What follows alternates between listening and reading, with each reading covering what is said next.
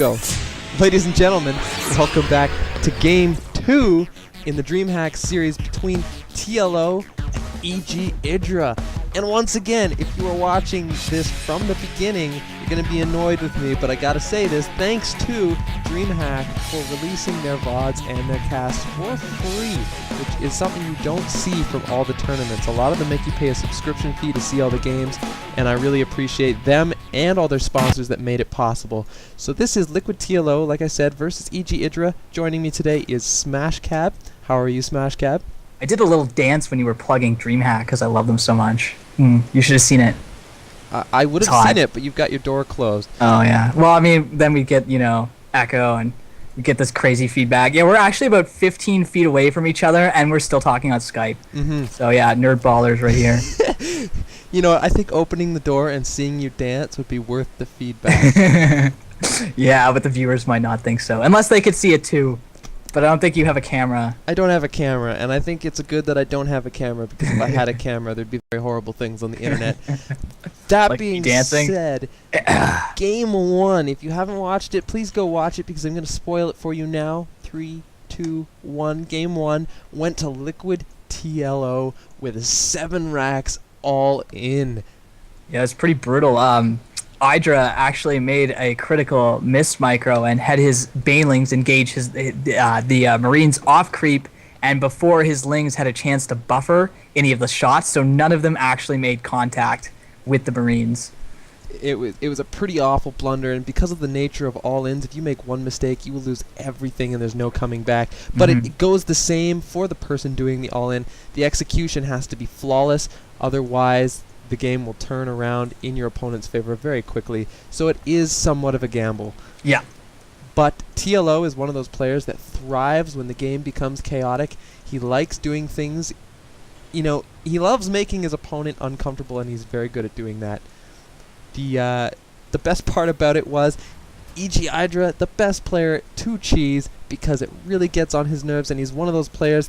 Whoa, before I continue talking, Liquid TLO is putting down a bunker at the hatchery, but I don't think he's gonna do anything with it, though. I think it's just there to be like, haha, I'm sort of teasing you. Yeah, there it goes, just to cancel. Yeah, the wonderful thing about it is EGIdra did pull his line and lost some harvesting time, which, that really does slow down that droning that really makes Zerg scary, especially Idra, who drones and drones and drones, and before you know it, you've already lost the game.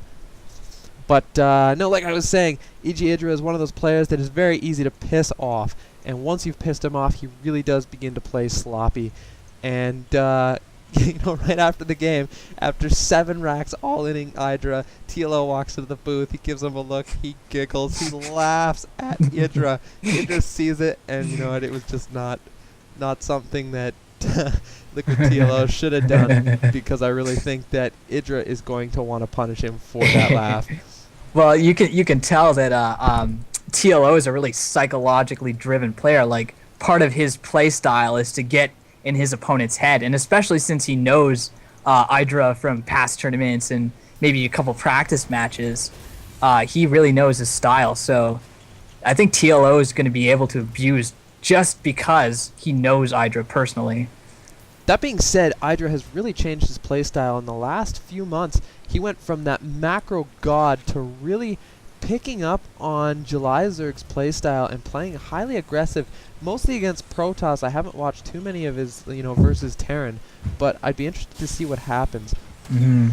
Also, guys, I don't know if you've heard about this, but really the Team Liquid curse is something being talked about right now. Team Liquid has been doing awful in just about every tournament they enter, and I'd really like to, a lot of fans for EGIdra out there, and I really like TLO, so I'm trying not to be biased, but I'd really like to see TLO win this.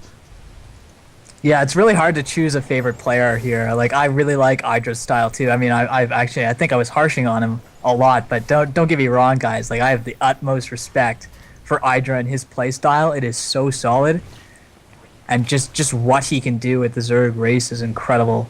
Like, you can already see this perfect panning of like these 4 overlords at the front there, spotting all these pathways. I'm going to switch over to EGIdra's view, and you can just get a glimpse of what his map control really is. Mm-hmm. And he's just everywhere. You're not going to be able to sneak up on this player. You're not going to be able to get tech past him because his scouting is amazing. And his ability to calculate and make decisions and really see the future almost is incredible. He plans so far ahead. He almost controls the game. Mm-hmm, absolutely. And I think I was talking about this idea in another game, but bringing the game to an equilibrium on, say, 3 bases where they can't kill you and you can't kill them, just so that you can go in an alternative path from that situation. Like, being able to play off something like that is like a skill on its own. Being able to do all-ins is great, like what TLO did in the first game. But EGIdra's got a really, really, really strong late-game sense. Mm-hmm. So we'll see how that pans out for TLO here. EGIdra's definitely one of those players who thrives on the long macro game, and he's one of the... Some players are really afraid to hit that late game, and I think TLO might be one of them. His macro's not, like, top of the world, you know? It's really his micro and his really strange builds that wins him a lot of games. Yeah, his decision-making in particular is really, really good. And as I was saying before, based a lot on the players he's playing against in the moment. But you can see this. He's got a counterattack of Marines moving out on the left side here. But I'm not sure if it's going to do a whole lot of damage. He's got some Banes morphing. But, EGIdra's turning around because he knows something's up. It really is kind of a late Marine push, though. Mm-hmm. He is going to do some damage to that mineral line.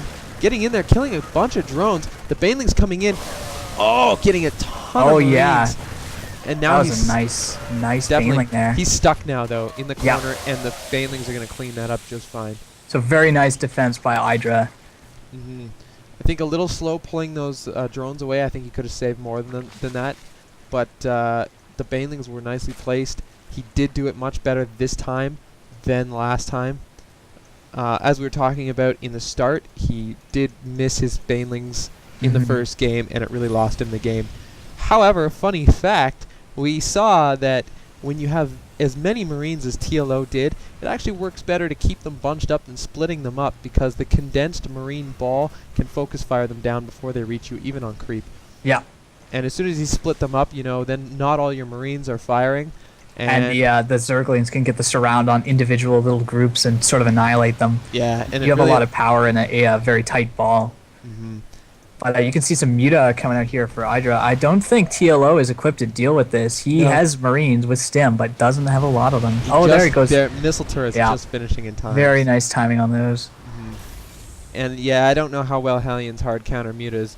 I haven't seen that work too well for many players in the past. He's got a decent little group of them. Five is that? And I think he's getting Blue Flame. Let me bring up production here. No, he's actually not, unless he has it already. Nope. No, he does not.